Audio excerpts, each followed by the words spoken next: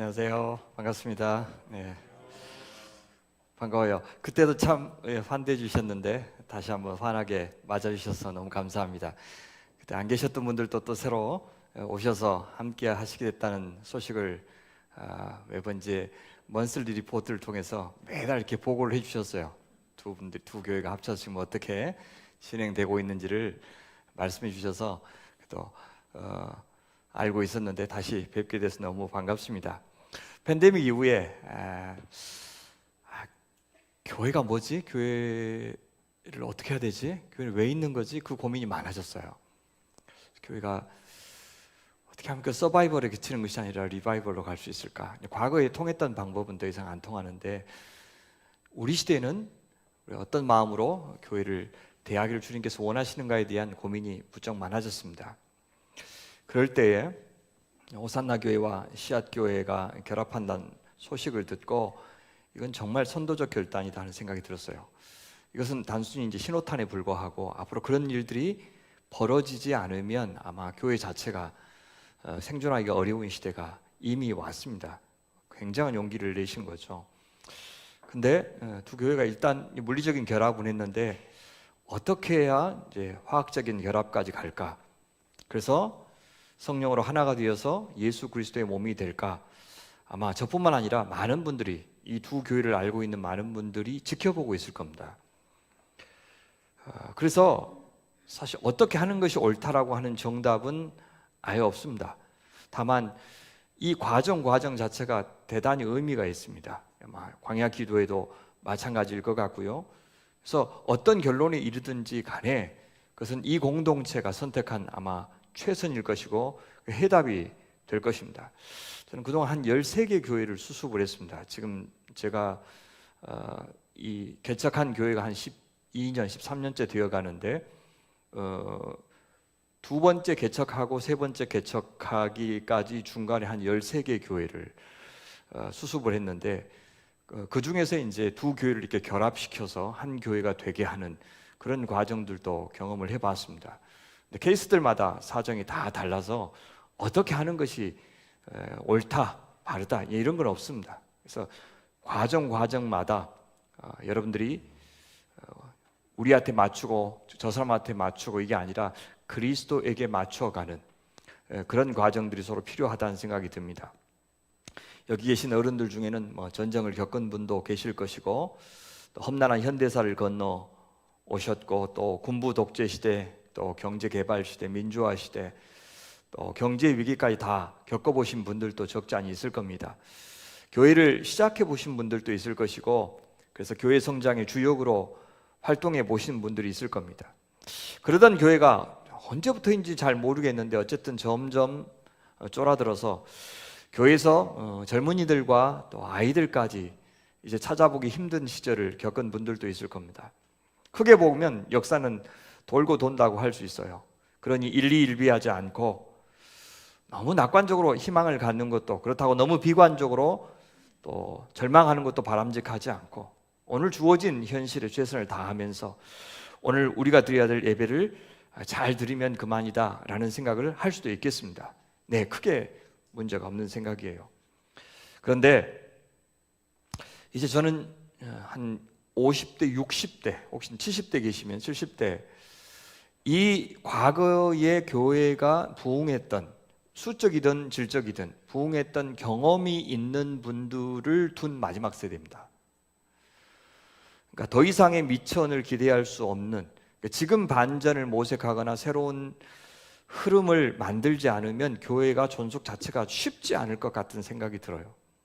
우리 젊은이들에게 기대어서 너희들이 교회 해보라 그러면 많이 어려운 시대가 올 것 같다는 생각이 듭니다. 그래서 좀 더 책임 있게 어른들은 오늘 할 일이 무엇인지를 알고 방향을 바르게 잡아서 나아가야 한다고 생각합니다. 그러려면 내가 선 자리를 면밀하게 살펴야 할 것이고 또 지금 저희 교회가 어떤 상태인지도 봐야 할 것입니다. 무엇보다도 성경은 오늘 우리에 대해서 어떻게 말씀하신지를 잘 들으면 좋겠어요. 얼마나 더 정직하게 또 진지하게 우리 자신과 교회를 성찰하는지, 얼마나 더 성경이 말하는 교회상, 성경이 말하는 신앙에 대해서 잘 아는지에 따라서 앞으로 우리는 더 잘 쓰임 받기도 할 것이고, 그렇지 않으면 시대의 요구에 부응하지 못해서 사라지기도 할 것 같아요. 실제 저희 미국에서 이제 은퇴하신, 참 덕스럽게 은퇴하신 그 목사님 이제 배웠고 말씀을 나누는데, 실사를 했답니다. 모든 미국에 있는 한인교회들 실사를 했는데 한 300개 교회가 팬데믹 기간 동안에 실제 없어졌고요. 그리고 30%의 교인들이 줄어들었다, 그렇게 이야기합니다. 제가 어떤 논문을 쓰면서 작년에 미국의 미국인 목회자들을 상대로 해서 미국 교회가 이제 설문조사를 했는데 45% 정도의 목회자가 이제 목회를 사임할, 목회 자체를, 그러니까 목회직을 떠날 그런 고민을 했다라는 그런 조사 결과를 본 적이 있습니다. 우리만 힘든 게 아니라 전 세계적으로 교회에 과연 미래가 있을까에 대해서 심각하게 고민하는 상황인 것은 분명한 것 같습니다. 그래서 그냥 교회는 시간이 가도 계속해서 유지된다, 그게 아니고 숱한 교회들이 명멸을 거듭한 것처럼 우리도 지금 이 시대에 우리에게 맡겨진 사명, 이것들을 인식하지 못하고 바르게 반응하지 못하면 사라질 수도 있겠다 하는 생각이 듭니다. 수백 년, 수천 년 지속된 교회가 없다는 것이 그것을 말해주지 않습니까? 심지어 하나님이 사랑하시는 교회라고 해도 그 사명, 그 역할을 다 하지 못하면 사라지는 것 같습니다. 여러분, 우리가 지금 어떤 시대를 그럼 살고 있습니까? 어떤 시대에 그 교회, 아직 이름을 정하지 못해서 그 교회라고 하신 거죠. 예, 전라도에서는 거시기 교회 그러면 됩니다. 거시기 교회구나, 이렇게, 그죠? 나중에 정하시겠죠? 예. 뭐 거시기 교회라고 이야기할까요, 제가? 예. 그 교회가 있는 그런 상황은 어떤 상황일까? 여러분, 혹시 한국 교회를 묘사하는 단어 가운데 요즘 한국 사회가 평등 사회라는 말 들어보신 적 있으세요? 아파트 평수하고 성적 등수를 제일로 여기는 평등 사회, 맞죠? 예. 너와 나의 차이가 없는 그런 평등이면 참 좋겠는데 참 우픈 단어입니다. 한마디로 돈을 숭상하는 권력 앞에서 줄 서는 나라라, 그런 뜻입니다. 어른들에게 근원적인 불안이 있는 것 같아요. 하나는 다시 가난해질까 봐 두려워하고 다시 전쟁이 날까 봐 두려워하는 것 같아요. 그래서 신앙보다 교회보다 어쩌면 교회가 지금 돈을 더 걱정하고 있는 것 같아요. 내 돈 건드는 사람, 내 아파트값 떨어지게 만드는 사람, 나한테 세금 많이 거두려고 하는 사람이면 무조건 교회 안에 있든지 밖에 있든지 불운하다고 여겨요. 그런 나의 결정이 다른 사람에게는 혹은 다음 세대에게는 어떤 영향을 미칠지에 대해서 고민하는 그런 공동체적인 안목은 찾아보기 어렵습니다. 평화를 추구하고자 하는 노력은 일체하지 않은 채 힘 있는 자의 편에 서서 안전을 도모하려고만 합니다. 사실 세상 사람들이 뭐 그렇게 하지 않은 적이 어디 있었습니까마는 다들 자기 이익을 위해서 편을 가르고 싸우고 특권을 독점하려고 하고 그것들 자기 자식한테 전수하려고 했던 것이 원래 세상입니다.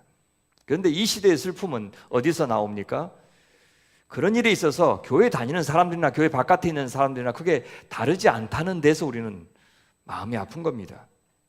교회는 세상과 전혀 다른 거룩한 제사장 나라로 부름받았는데 우리는 그걸 알고 있는데 지금 교회는 세상과 너무 다른 곳이 아니라 닮은 곳이 되어가고 있는 것이 우리의 슬픔입니다.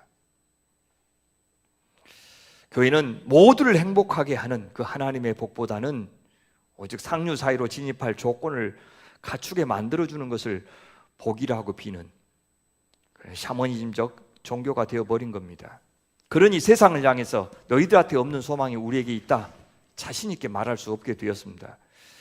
그들과 다르게 살아도 그들이 갖고 있는 것이 우리에게는 없어도 그들이 추구하는 가치를 우리는 쫓지 않아도 그 세상보다 훨씬 더 아름답고 근사하게 멋있게 잘 살 수 있다고, 우린 살고 있다고 말할 수 없게 되었습니다.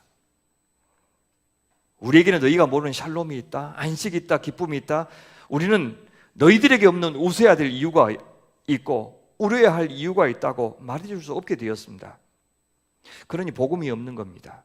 물탄 복음이 된 겁니다. 좀 더 심하게 말하면 완전히 무당 종교, 기복 종교가 되었다고 하는 말에 누가 토를 달겠습니까? 세상이 잘 살아보세요, 부자 되세요 라고 덕담할 때 교회가 전혀 다른 소리를 내지 못했기 때문에 이제 교회도 어느새 만몬 신의 노예가 되어가고 있는 것 같습니다.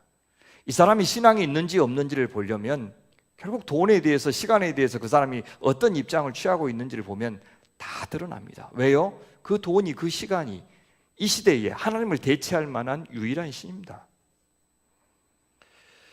이제 교회가 맞서야 할 수많은 사탄의 하수인들이 있지만 그 중에서 가장 위협적인 것은 동성애도 이슬람도 북한도 검찰공화국도 아닙니다. 그것은 우리가 가장 사랑하는 돈입니다. 만몬입니다. 여러분, 우리 기도하실 때 감사기도 많이 하죠. 내가 드리는 감사기도에 대해서 한번 생각해 봅시다. 그 기도 가운데서 성령의 열매와 관련된 감사가 얼마나 됩니까? 하나님 사랑과 희락과 화평과 자비와 양성과 온유와 절제와 같은 이런 하나님 성령의 열매가 제가 이전에 없었는데 그런 열매를 좀 맺는 사람이 된 것에 대해서 감사합니다. 그런 기도가 얼마나 됩니까? 팔복을 내가 누릴 수 있게 해주셔서 감사합니다라는 고백이 우리 얼마나 있습니까?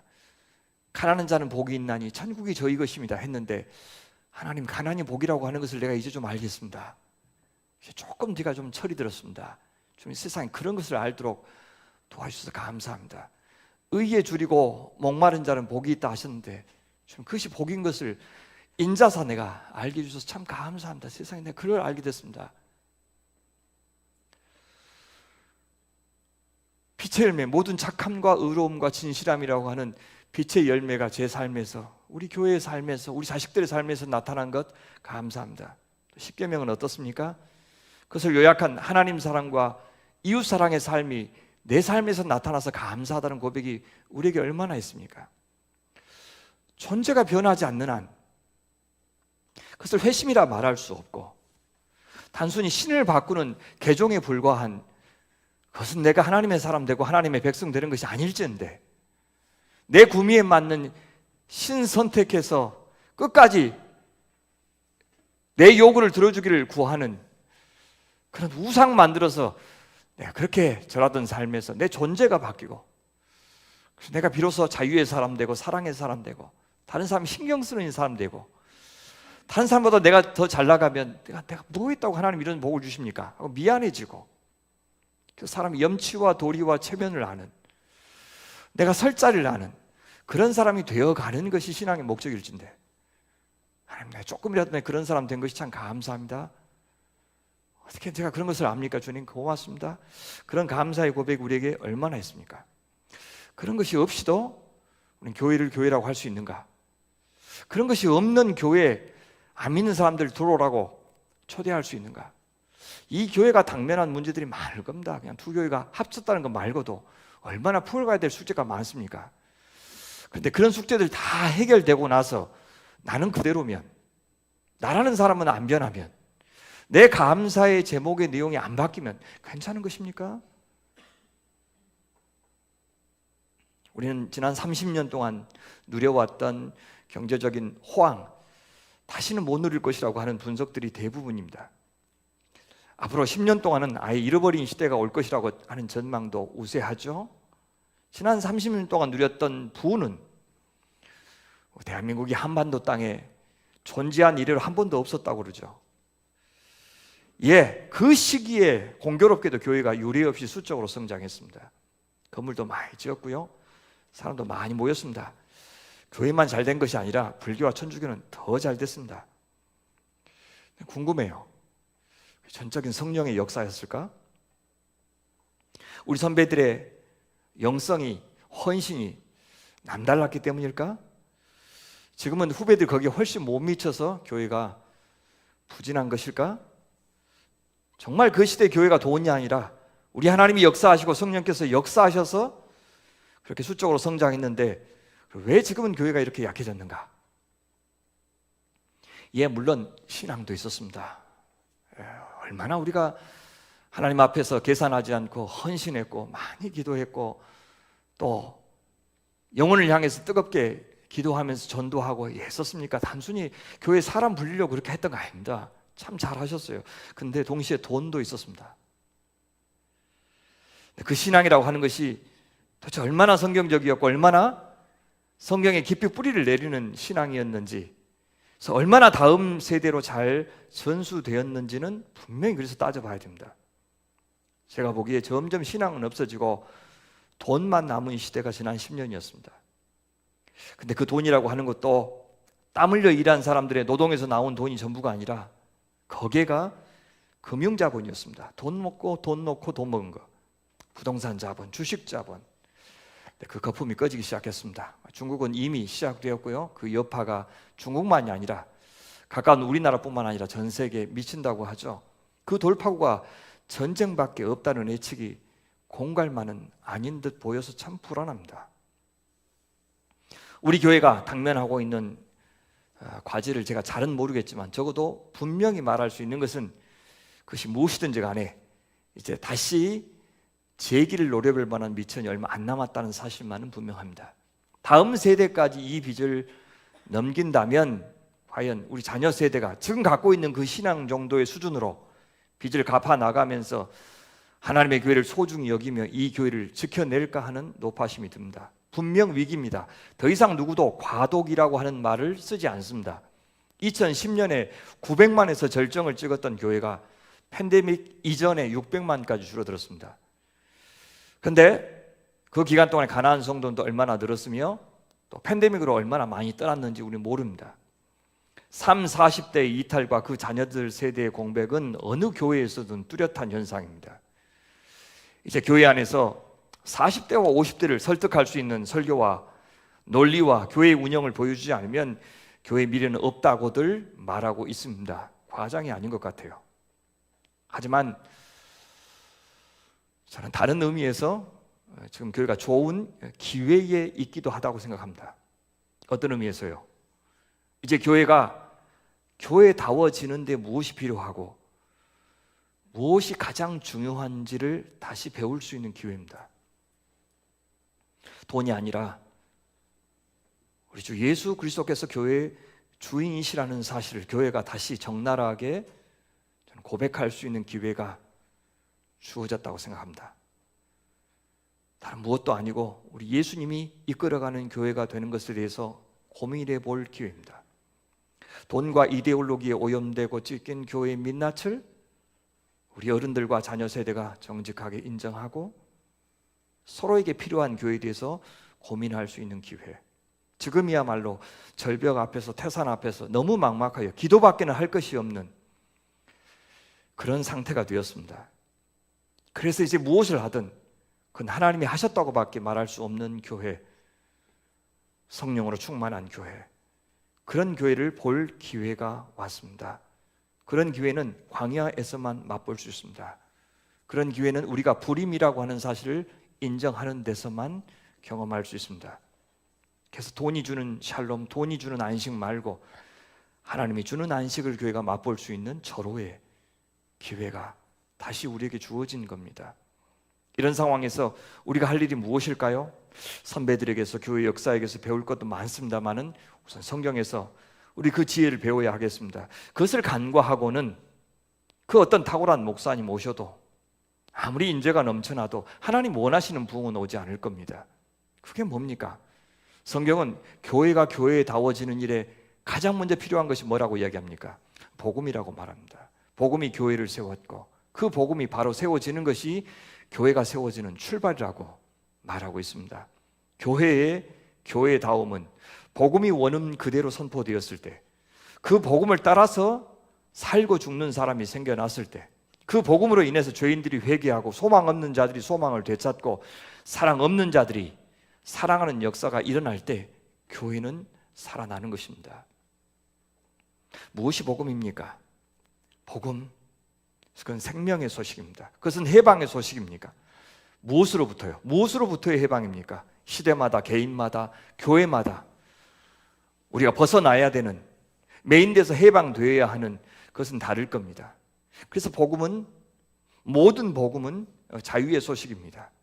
더는 이제껏 살아왔던 나로 살 수 없게 만드는 소식, 더는 이제껏 내가 의지했던 것을 의지하지 못하게 만드는 소식, 그것은 이 땅에서 하나님 덕봐서 잘 먹고 잘 살게 만들어준다는 소식은 아닙니다. 죽어서 천국으로 이동하여 거기서도 영원히 살게 된다는 소식이 전부가 아닙니다. 복음은 우선은, 먼저는, 무엇보다도 여기 이 땅에 임한 하나님 나라의 소식입니다. 죽어서 얻는 영생이 아니라 오늘 여기서 누리는 영생을 먼저 말하는 소식입니다. 오늘 여기서 천국 백성답게 살고 하나님의 통치를 기뻐하며 살고 천국의 자유를 누리며 사는 것이 우리가 초청받은 그 기쁜 소식이라고 말해줍니다. 그래서 이제 그 소식은 이 세상이 우리에게 무엇을 약속해도 절대 부러워하지 않게 만드는 소식입니다. 그 소식은 이 세상이 그 무엇을 우리를 겁박해도 절대 굴복하지 않을 수 있게 만들어주는 소식입니다. 세상 그 어디에도 의미를 찾을 수 없었던 사람들이 이제 이 복음 안에서 삶의 참 의미를 찾게 됩니다. 세상의 그 어떤 이야기보다 더 감동적인 이야기, 그래서 내가 참여하고 싶은 이야기, 내 전부를 다 던져도 아깝지 않을 만큼 위대한 이야기, 그 하나님의 사랑의 이야기를 담고 있는 것이 이 복음입니다. 교회가 세상보다 강했던 적은 한 번도 없습니다. 그리스도인들이 세상보다 더 많았던 적도 없습니다. 유럽의 일부 국가가 어느 시대에 기독교 국가, 크리스텐즘이라고 하는 그런 시대가 있었지만 우리는 한 번도 그런 적이 없었고 늘 이 사회에서 사실은 소수였습니다. 지금은 사실 더 우리 그리스도인들이 마이너리티 중에서 이 소수자 중에서 소수자죠. 그런데 교회가 하는 행동은 마치 기독교 국가에서 하던 버릇 그대로입니다. 왜요? 우리가 받았던 복음이 그 승리주의적 복음이었기 때문에 그렇습니다. 늘 제국은 강했고 교회는 약했습니다. 그러나 단 한 번도 교회는, 성도는 세상에게 완전히 패한 적이 없고 사라지지 않았고 하나님의 말씀은 침묵되지 않았습니다. 하나님 나라는 망하지 않고 하나님은 사라지지 않으셨습니다. 오히려 그 교회를 핍박했고 하나님 나라의 숨통을 쥐고 흔들었던 그 제국이 다 사라졌고 하나님의 말씀을 침묵시켰고 성경을 불살랐던 제국의 황제들은 다 사라져버렸습니다. 그들의 말들은 다 사라졌습니다. 지금이 절망적일 만큼 힘든 것 사실입니다. 그걸 부정하면 아무것도 할 수 없습니다. 하지만 아무리 힘들어도 예수를 십자가에 못 박았던 그 시대보다 힘들지 않습니다. 하나님의 아들 죽였던 그 시대보다 더 캄캄하지는 않습니다. 그러니 절망할 시간 없습니다. 할 일이 태산 같습니다. 할 수 있는 일이 태산 같습니다. 주님께서 우리에게 분부하신 일들이 많습니다. 그러니 절망할 시간 없습니다. 낙심할 시간 없습니다. 지금의 문제는 세상이 캄캄해서가 아니라 교회가 빛이 아니기 때문에 생겼기 때문입니다. 그러니 이제 우리가 할 일은 상황을 핑계하고 건물 핑계하고 돈을 핑계하고 시대를 핑계하고 신천지를 핑계할 때가 아닙니다. 우리가 할 일을 해야 됩니다. 곱사등이 될 때까지 하나님의 말씀을 읽고 또 읽고 복음을 배우고 또 배우고 그 복음을 따라 살아내고 그 복음이 말하는 공동체를 읽어내는 일을 해야 합니다. 그래서 사람들이 영광받고 사람들이 정치질을 하는 그런 교회 아니라 돈이 주인 노릇하는 그런 교회 아니라 우리 하나님 역사하시는 교회, 성령께서 살아서 일하시기를 기뻐하는 교회, 예수 그리스도께서 왕으로 기쁘게 다스리시고 머리로 다스리시는 교회, 그런 교회 되게 해야 됩니다. 그리고 나서 하나님께서 역사하시는지 안 하시는지 지켜볼 일입니다. 그렇죠. 우리 할 일 하지 않아 놓고 교회 상황 가지고 핑계하고 한숨 쉬는 것 언제까지 하시렵니까? 걸어봐야 됩니다. 우리 자신을 걸어봐야 된다고. 다 갖춰진 교회에 몸담아서 그 교회가 하고 있는 일 내가 한 것처럼 착각하지 말고 그 교회 안에서 나는 하나도 바뀌지 않는데 하나도 헌신하지 않는데 그 교회에 소속되어 있다는 것만으로 그 교회의 브랜드가 평판이 나의 평판이 되는 신앙 그만하고 광야 같은 교회지만 가야 될 길이 멀고 앞이 캄캄하지만 내 갈 길 멀고 험해도 한 걸음씩 나아간다 했던 근데 헨리 뉴먼의 찬송가처럼 사실 그건 영어로 하면 long distance scenery 그다음에 one step enough for me 이게 영어가 그렇게 돼 있어요. 갈 길은 멀지만 한 걸음이면 충분합니다. 주님 그런 말. 한 걸음 보여주면 한 걸음 순종해서 걸어가고 한 걸음 보여주면 한 걸음 순종해서 걸어가고 사실 그것이 우리가 할 수 있는 전부입니다. 큰 비전 세우고 몰아가서 기업고 성취해내는 그러나 뭐가 성취되었을지 모르지만 나라는 인간은 전혀 바뀌지 않는 내 감사의 제목은 바뀌지 않는 성령의 열매는 내게 보이지 않는 복음 때문에 사무쳐본 경험이 내게 없는 그런 교회면 무슨 소용이 있습니까? 지금 제가 화난 거 아닙니다. 오해하시면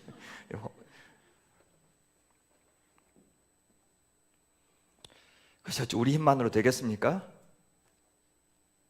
기도해야 됩니다. 주님, 내가 먼저 죽게 해주십시오. 나를 좀 부정하게 해주십시오. 내가 십자가를 지게 해주십시오. 주여, 상하고 통회하는 심령을 주십시오. 이 질긴 죄를 용서하시고 다시 이 교회로 돌아와 주십시오. 주여, 이제 다시 우리를 향하여 얼굴을 돌려주십시오. 이렇게 기도해야 됩니다. 그래서 그 은혜로만, 그 사랑으로만, 그 자비와 긍휼로만 우리가 살 수 있고, 이 교회가 살 수 있고 조국교회가 살 수 있습니다.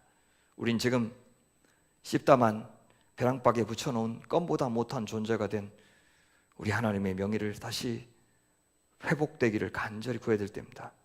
그럴 때 주님은 우리가 기대하지도 않고 상상하지도 못하는 축복을 우리에게 허락하실 줄 저는 믿습니다. 그것을 위해서라면 우리가 어떤 대가를 치른다 해도 저는 무릅쓰는 것이 믿음이라고 생각합니다.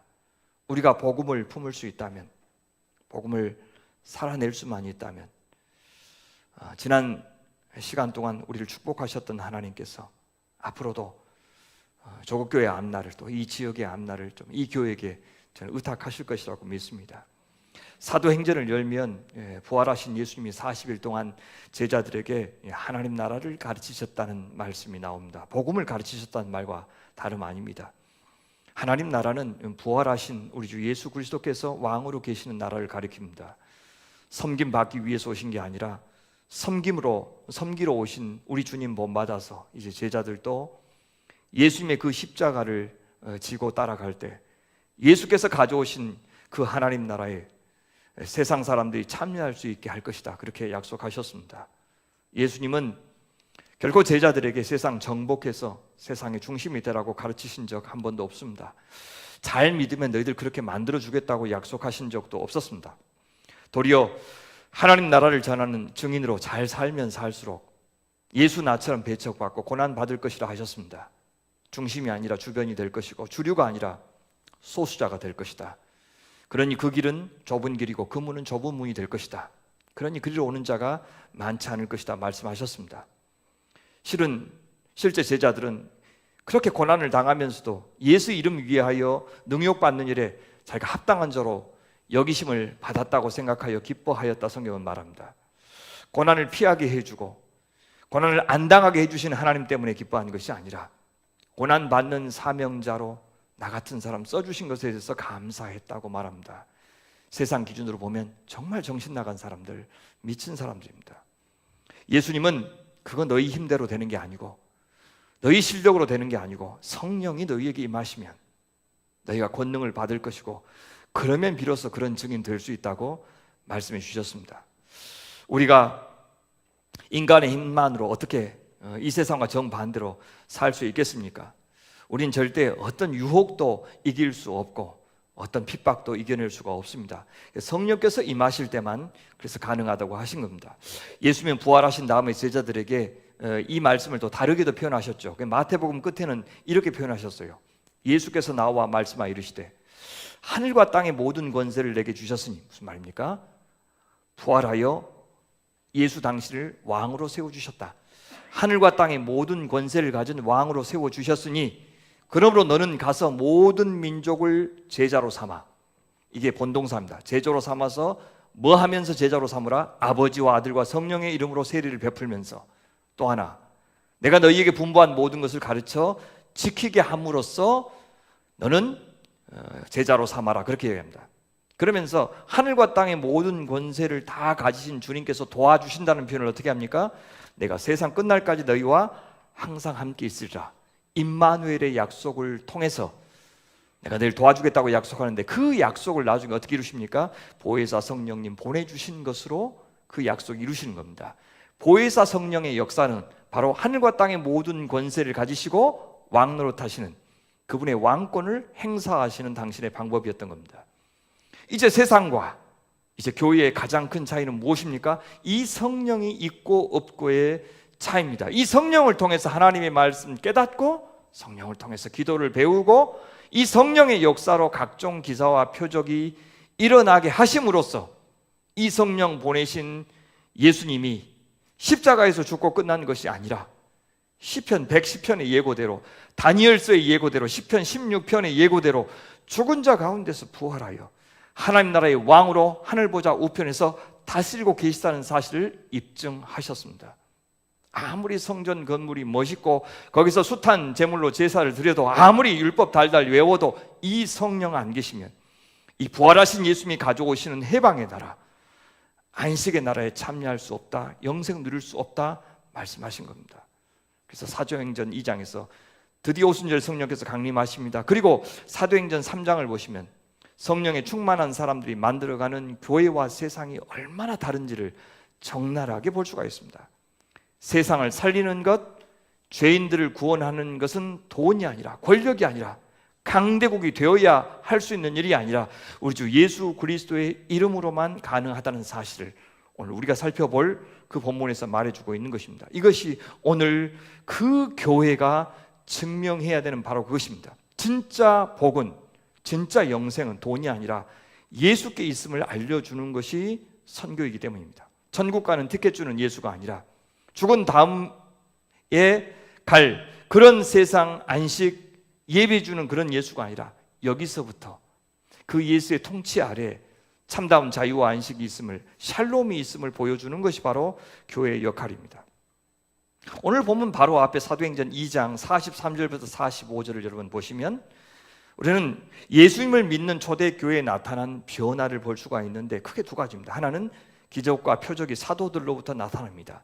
이 사도행전은 사실 누가복음과 쌍둥이 복음이라고 일컬어집니다. 누가복음에서 예수께서 성령에 충만하여 하셨던 일들이 이제 제자들에게 그대로 나타나고 있기 때문입니다. 심지어 죽은 자를 소생시키는, 살리는 일까지 제자들도 같이 하고 있어요. 제자들에게 성령이 임했을 때 성령이 임한 예수께서 하신 일이 그대로 일어난다는 것은 그 성령 보내신 예수께서 죽고 끝난 것이 아니라 부활하여 살아 계시다는 것이 입증되는 사건이 바로 제자들의 기적들입니다. 또 하나의 변화가 있습니다. 기적과 표적보다 더 놀라운 변화인데요, 이제 성도들이 더는 물질을, 돈을 자기 것이라고 주장하지 않고 유무상통하는 모습을 보여줍니다. 이것이 하나님 나라의 진짜 기적입니다. 돈에서 해방되는 기적, 소유에서 해방되는 기적. 눈에 안 보이는 하나님이, 성령님이 내 생사 여타를 주관하는 것이 아니라 돈이 내 안전한 미래를 보장한다고 여기는 이 세상의 상식을 깨트리는, 세상의 가장 강력한 원칙을 깨트리는, 인과율을 깨트리는 그 기적이 이 성령께서 역사하시는 공동체에 일어난 겁니다. 그것이 바로 이 돈에서 해방되는 기적입니다. 사실 병이 낫는 기적보다 훨씬 더 어렵습니다. 물질에 매인 노예들이, 만몬의 백성들이 살아난 기적이기 때문입니다. 성도들이 더는 소유를 우상으로 숭배하지 않고 그 소유로 하나님 대신해서 형제를 사랑하는 역사, 그것은 부활하신 예수님이 아니면 절대 일으킬 수 없는 기적이기 때문입니다. 4장 끝에 가보면 그 대표적인 인물로 바나바를 소개하고 있어요. 우린 바나바를 보면서 하나님께서는 누구를, 아니 어떤 교회를 당신의 역사의 일꾼으로 쓰시는지를 알 수가 있습니다. 당신의 선교에 누구를 쓰시는지, 아니 누가 하나님 나라의 백성인지를 이 바나바가 대표적으로 잘 보여줍니다. 그것은 소유의, 돈의 주권을 하나님께 넘긴 사람입니다. 그렇게 하여 이웃을 사랑하는 사람을 하나님은 당신의 일꾼으로 쓰시고 백성으로 인정하십니다. 그는 나중에 예루살렘 교회에서, 그리고 안디옥 교회에서, 그리고 바울과 함께 선교하면서 얼마나 아름답게 쓰임 받는지 우리는 알고 있습니다. 안디옥 교회 지도자가 되어서 예루살렘 교회가 기근으로 고생한다는 소식을 듣고 구제 헌금으로 그들을 살리기도 했습니다. 개인적으로도 구제한 사람이지만 교회의 지도자가 되어서 물질을 통해서 또 교회를 살리는 일을 주도하고 있습니다. 나중에 사도 바울도 마게도냐 교회에서 구제 헌금을 모아서 예루살렘 교회를 도운 적이 있죠. 아마 바나바의 영향입니다. 그들은 모두 영혼 구원을 위해서 복음만 전하는 것이 아니라 하나님 나라의 복음, 희년의 복음을 실천했던 사람들이었습니다. 그것이 선교였습니다. 하나님은 다음 시대를 누구에게 맡기실 것 같습니까? 희년의 정신을 실천하고 있는 교회를 반드시 찾으실 겁니다. 희년을 실행하고 있는 일꾼들을 쓰셔서 희년의 나라인 이 하나님 나라의 복음을 저는 전하리라고 생각합니다. 지금 안식을 누리고 있는 공동체를 통해서, 지금 하나님 나라의 복을 누리고 있는 공동체를 통해서 세상을 저는 살리는 일을 맡기실 거라고 생각합니다. 반면에 바로 다음 구절에 4장 끝에 바나바가 나오고 5장 시작하자마자 그와 대조되는 사람이 나오는데 그것이 아나니아와 삽비라입니다. 원래 성경은 장절 구분이 없습니다. 바로 이어서 나오는 셈입니다. 바나바는 성령이 충만한 사람이라고 나오는데 이 아나니아와 삽비라 부부는 사탄에 충만한 사람이라고 나옵니다. 돈과 명예에 대한 욕심 때문에 그들은 죽음을 당하고 맙니다. 학자들은 이 아나니아와 삽비라가 리더였을 것이다 이렇게 추측을 합니다. 그들은 교회를 희년의 공동체에서 돈이 지배하는 공동체로 타락시키려고 했습니다. 그는 초대교회의 첫 범죄자로 나오는데 이것은 가나안 땅에서의 첫 범죄자 아간을 떠올리는 그런 사람입니다. 아간이 왜 죽었습니까? 아나니아와 삽비라는 왜 죽었습니까? 하나님의 것을 훔친 사람이었습니다. 하나님의 것을 가지고 자기가 생색내려다가 하나님과 거래하려다가 망한 사람입니다. 나중에 이제 사마리아에서도 시몬이라고 하는 사람이 돈 가지고 성령을 부리려고 했었죠.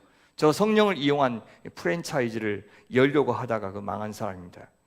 하나님 대신에 부동산을 선택했고 돈을 선택했다는 점에서 그들은 공통점이 있습니다. 오늘 저희가 살펴볼 사도행전 3장에서는요 이 두 가지 요소가 동시에 드러납니다. 병에서 해방되고 돈에서 해방되는 역사가 벌어집니다. 성전 앞에 앉아있던 안진뱅이는 몸도 치유를 받고 돈에서도 해방을 받습니다. 사도 베드로와 요한은 제9시 오후 3시에 성전에 올라가고 있었습니다. 당시 성전 제사장들은 하루에 2번 오전 9시하고 오후 3시에 번제를 드렸는데 제사장들이 번제를 드리고 있는 시간에 성전 뜰에 모여서 백성들은 하나님께 기도했습니다. 베드로와 요한은 이날 우연히 성전에 올라간 것이 아니고요 올라갈스라고 하는 단어가 과거에 반복된 습관적인 동작을 가리키는 시제인 것을 보면 늘 정한 시간에 그들도 다른 유대인들처럼 기도했던 것처럼 보입니다. 성전이 예수님에 의해서 완성된 것은 다 알고 있었지만 그래서 여전히 성전에 가서 하나님께 예배했습니다. 그러나 저 유대인들과는 다른 하나님께 예배했습니다. 메시아 예수를 죽인 유대인들의 하나님이 아니라 메시아 예수의 아버지 하나님께 그런 기도했습니다. 저는 우리 시대도 같이 교회를 다닌다고 하지만 말로는 같이 하나님을 고백하고 있지만 저는 어떤 사람의 하나님과 내가 믿는 하나님이 분명히 다르다고 생각합니다. 여러분 제발 우린 다 죄인이니까 거기서 거기 아니냐, 다 자비가 필요하다 그렇게 하고 퉁치고 넘어가지 맙시다. 어떻게 제가 김사만의 하나님하고 저 하나님하고 같아요? 제가 어떻게 정광훈의 하나님하고 저 하나님하고 같아요? 그렇게 말하지 마십시오. 저렇게 살지 않았습니다. 그들과는 다르게 살려고 애를 썼어요. 죄인이니까 다 똑같다고 이야기하지 말라고요. 왜 하나님의 자비와 긍휼이 필요하죠? 근데요 저는 그 돈에 포박되지 않으려고 애쓰면서 살았습니다. 이게 하나님의 교회이지 내 교회라고 생각하지 않으면서 살았다고요. 우린 거기에 대해서 너무 관대하게 다 봐주면서 그렇게 살면서 안 됩니다. 그럼 분별할 수가 없습니다. 저 유대인들이 믿는 하나님과 제자들의 하나님은 달랐습니다. 지금 하나님을 믿는다 하면서 하나님을 죽이는 자들이 있고 아니면 하나님의 아들을 모시는 자들이 분명히 있습니다. 여러분의 교회는 어떤 교회인지 살피셔야 됩니다. 세상 사람들보다 더 못된 짓을 범하고 이데올로기에 경도되어서 무엇이 옳은지 그른지 분별하지 못한 채 교회를 정치의 장으로 전락시키고 교회를 세속적인 가치관으로 변질시키는 사람들이 있다면 그들이 믿는 하나님은 예수 그리스도의 아버지 하나님이 아니라 우상에 불과할 것입니다. 하나님을 우상으로 만든 사람들의 눈에는 저 성전 미문에 앉아있는 안진뱅이가 안 보입니다. 베드로와 요한도 아마 예수님 영접하기 전에는 잘 안 보였을 겁니다. 그들도 이 안진뱅이에 필요한 것은 단지 돈일 뿐이라고 그들도 생각했을 겁니다. 어차피 고침을 받아서 일어날 가능성은 없다고 생각했습니다. 그런데 오순절에 성령께서 그들에게 강림하시자 성령에 충만한 사람들이 되자 그들은 변했습니다. 근데 성령에 충만했다고 해서 이제 이 사도들은 뭐든지 이제는 맘만 먹으면 다 할 수 있는 사람이 되었다는 뜻은 아니었습니다. 성령이 무슨 충전지 에너자이저 같은 그런 개념이 아니기 때문입니다. 진짜 성령의 사람은 이제 말씀의 사람이 되고 기도의 사람이 된다는 것을 보여준 것이 이 초대교회 성도들의 모습이었습니다. 왜요? 성령은 바로 하늘 보좌 우편에 앉아 계신 하나님 나라의 왕 되신 그 예수의 영이기 때문입니다. 그래서 성령에 충만하면 충만할수록 이제 자기가 죽고 예수께서 그 안에 살아갑니다. 그런 예수님의 말씀에 순종하게 되고 예수께 기도하게 되고 작은 예수로서 예수님을 닮아서 살아가기를 열망하는 사람이 되는 겁니다. 예수께서 부활하시면서 남겨두고 가신 하나님 나라의 일을 이제 작은 예수들인 우리를 통해서 행하기를 원하십니다. 사람 능력이 아니라 성령의 능력으로 예수의 통치가 이 땅에 임하게 하는 사람이 바로 성령의 사람입니다. 교회는 어떤 곳입니까? 성령에 충만한 사람들의 공동체, 예수의 몸인 공동체이기 때문입니다. 그래서 이제 성령에 충만한 사람은 자기가 자기 마음대로 일하는 사람이 아니라 성령께서 일하게 하시는 사람, 말씀과 기도로 더욱더 하나님과 친밀하게 교제하고 더욱더 민감하게 예수님의 통치에 따라 사는 사람이 되는 것입니다. 하나님 이 교회를 써주십시오, 이 교회를 살려주십시오 라고 말하기 전에 내가 그렇게 성령의 사람이 되어서 주님께서 하시는 말씀에 민감하고 또 주님께서 기뻐하시는 기도를 드리는 그런 사람으로 변화되는 일에 우리가 온 마음을 합치는 것이 먼저가 되어야 할 것입니다. 성령에 충만한 그 교회 되시기를 바랍니다. 간절히 갈망하시기를 바랍니다. 성령이 싫어하시는 일에 질색하고 성령께서 원하시는 일에는 계산 없이 토달지 않고 기꺼이 순종하는 여러분 되시기를 바랍니다. 그래서 이제 말씀과 기도를 통해서 우리가 하나님과 깊이 교제하는 그 달콤한 맛, 그 풍성함을 먼저 경험하시기를 바랍니다. 그래서 하나님이 좋아하시고 기뻐하시는 것, 하나님이 싫어하시고 분노하시는 것에 민감하고 그것을 잘 분별하는 여러분 되시기를 바라요. 그런데 그 성전에 올라가는 길에 이제 제자들의 눈에 들어온 한 사람이 있었습니다. 나면서 못 걷게 된 이를 사람들이 메고 오니 이는 성전에 들어가는 사람들에게 구걸하기 위하여 날마다 미문이라고 하는 성전문에 두는 자라. 메고 올 정도면 걸을 수 없는 나면서부터 안전병이었습니다. 그가 할 수 있는 일은 그래서 구걸하는 것뿐이었어요. 친구들이나 친척들이 그를 메고 와서 성전 입구에 두고 떠났습니다. 날마다 그렇게 했다고 말하죠. 이것이 그의 직장이었습니다. 그의 인생은 그렇게 너무나도 수종적인 인생이었습니다. 그가 주도적으로 할 수 있는 것이 아무것도 없었습니다. 구걸하는 일이 수치스럽게 느껴질 때도 있었지만 이제 그런 마음도 사라졌습니다. 40년이나 그렇게 살고 보니 자존심, 염치, 체면 그런 건 다 없어졌고 이제 생존이 더 중요해졌습니다. 왜 인생 살아야 되냐? 이렇게 묻는 것 자체가 그에게 이제 사치였습니다. 살아남는 것만이 중요했습니다. 완전히 인간의 존엄이 상실된 상태였습니다. 이런 사람에게 구원은 어떤 의미일까요? 이 사람이 구원받는다는 것은 도대체 무슨 의미일까요? 베드로와 요한도 이 사람 처음 본 건 아닙니다. 근데 성령을 받고 난 다음에 이제 그들에게 이 안전뱅이가 새롭게 보였습니다. 이전에는 동전 하나 던져주면 자기가 그날은 참 대단한 일을 했다고, 참 큰 자비를 베풀었다고 스스로 뿌듯해했습니다. 날마다 줄 수도 없는 노릇이었습니다. 다른 유대인들도 그랬겠죠. 하루에 두세 번씩 기도하러 성전에 올라갈 때마다 이 사람과 마주했겠죠. 도와달라는 말도 들었을 겁니다. 공교롭게도 이 사람이 앉아있는 성전 문의 이름이 미문, 아름다운 문이었습니다. 아름다운 문 곁에 아름답지 않은 사람이 앉아 있었습니다. 아름다운 도시 예루살렘에, 평화의 도시 예루살렘에 있는 성전이 이 사람에게 해줄 수 있는 것은 그를 쫓아내지 않는 것뿐이었습니다. 하지만 이 사람이 성전 안으로까지 들어오려고 한다면 당연히 막았겠죠. 성전이 그에게 베풀 수 있는 자비의 한계, 사랑의 한계는 딱 거기까지였습니다. 이 건물이 빚이 다 청산되고 여러분의 것이 되면 비로소 여러분이 사랑에 충만한 사람이 되는 것이 아닙니다. 이 모든 문제가 다 해결되고 나면 비로소 사람들 보는 시선이 새로워지는 것이 아닙니다. 아마도 순서가 저는 바뀌어야 할지도 모르겠습니다. 우리가 예수님을 영접했다, 하나님 나라 백성이 되었다 하는 것은 이제 우리가 더 많은 이웃을 선물로 얻게 되었다는 뜻이고, 그래서 더 큰 사랑을 할 수 있게 되었다는 뜻입니다. 그래서 내가 사랑할 이웃, 내가 사랑하는 사랑의 정도를 내가 정하지 않고 이제 하나님께서 정하시도록 그분께 자유를 내어드리는 사람이 되었다는 뜻입니다. 이것이 구원받았다는 말의 의미입니다. 그가 날 때부터 겪은 장애였으니 그 고통이 얼마나 심했을까요? 그는 40여 세나 되었다고 다음 장에서 말하고 있습니다. 참 긴 세월이죠. 40세, 40년 광야의 시간입니다. 사람들은 그가 장애를 갖고 태어난 것을 두고 태 속에서부터 죄인이었고 저주를 받은 자일 것이다라고 낙인을 찍었을 겁니다. 당연히 경제적으로도 빈곤했겠죠. 종교적으로도 차별을 받았습니다. 성전에 들어갈 수 없는 부정한 자로 간주되었어요. 사회적 차별도 분명히 있었습니다. 공동체는 그를 배제하고 소외시키는 것 당연하게 여겼습니다. 40세의 안진뱅이, 이 한 절 안에 그가 겪었을 영적, 정신적, 육체적, 경제적, 종교적, 사회적 고통이 고스란히 다 드러나고 있습니다. 이렇게도 참담한 인생이 있을까요? 그는 살았으나 죽은 것이나 다름없는 사람이었습니다. 그렇다면 이 사람한테 지금 가장 필요한 것은 뭡니까? 몇 푼의 돈이 아닙니다.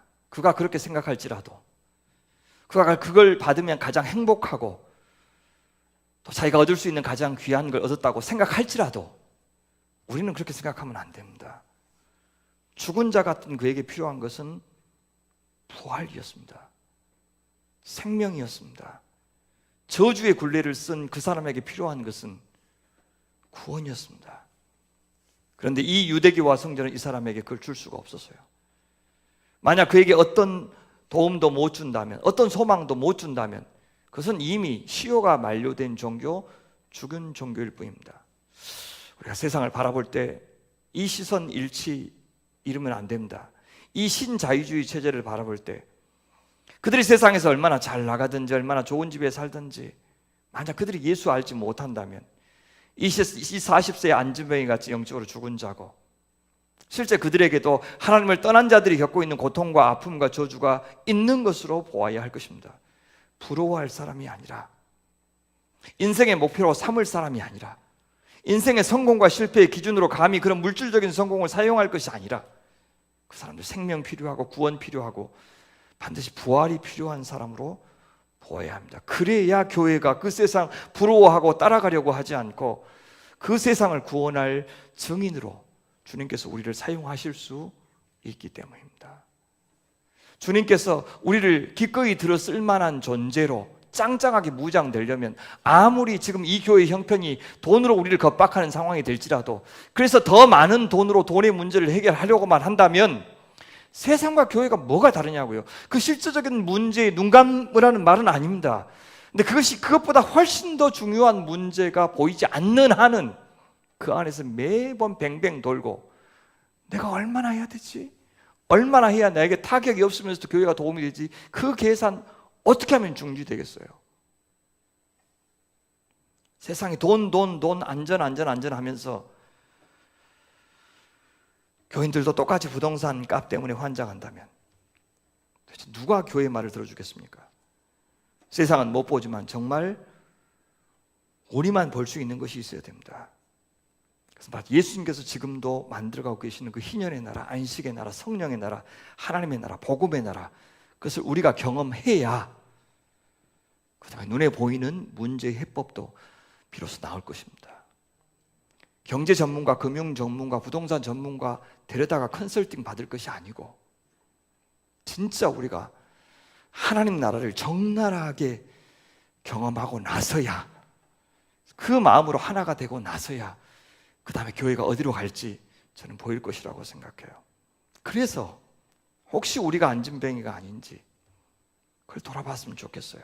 신앙생활 진짜 오래 했지만 나는 영적 안진뱅이가 아닌지 우리 자신을 한번 돌아보는 기회가 되었으면 좋겠어요. 그리고 기도합시다. 주님, 일어나고 싶습니다. 주님, 제가 회복되고 싶습니다. 주님, 예전보다 훨씬 더 나은 모습으로 성장하고 싶습니다. 좀 다시 기쁨으로, 어린아이의 마음으로 신앙생활을 하고 싶습니다. 좀 더 알고 싶습니다. 더 순전하게 정말 주님의 영광만 생각하면서 봉사하고 싶습니다. 주님 앞에 섰을 때 뭐 하다 왔냐? 그렇게 물으실 때 주님께서 착하고 충성된 종이라고 할 만한, 할 말이 있는 인생으로 좀 살고 싶습니다. 주님, 그렇게 좀 만들어 주십시오. 그렇게 좀 써 주십시오. 이렇게 세워 주십시오. 좀 이렇게 기도하는 이번 광야 기도회가 되었으면 좋겠습니다. 그런데 이 미문 앞에 있는 안진뱅이를 더 절망적으로 만드는 것이 있었습니다. 이 불쌍한 사람에게 저 성전이, 저 유대교가, 저 종교가 숭배하는 그 하나님은 이 사람한테 해줄 것이 아무것도 없다는 사실이었습니다. 아니, 이 안진뱅이조차도 유대교의 하나님은 자기한테 뭔가 해줄 것이라고 기대하지 않았습니다. 저 성전의 하나님은 그냥 건강한 자들의 하나님이라고 그는 믿기로 했습니다. 돈 몇 푼 평소보다 많이 적선받으면 하나님이 축복하신 날이라고 여길 만큼 그의 소망은 소박했습니다. 안진뱅이가 하나님께 기대하는 구원과 사랑은 고작 그 정도였습니다. 우리 교회는 과연 성도들에게 어떤 하나님을 소개하고 있는가? 어떤 기대를 하나님께 갖게 하고 있는가를 돌아보게 하는 대목입니다. 하나님을 믿는다고 해도 더 나아질 것이 없다고 생각한다면 그게 더 절망적이지 않겠습니까? 위기라고 할 때 우리 시대의 교회의 진짜 문제는 더는 교회를 향해서 이 사회가 기대를 걸지 않는다는 사실에 있습니다.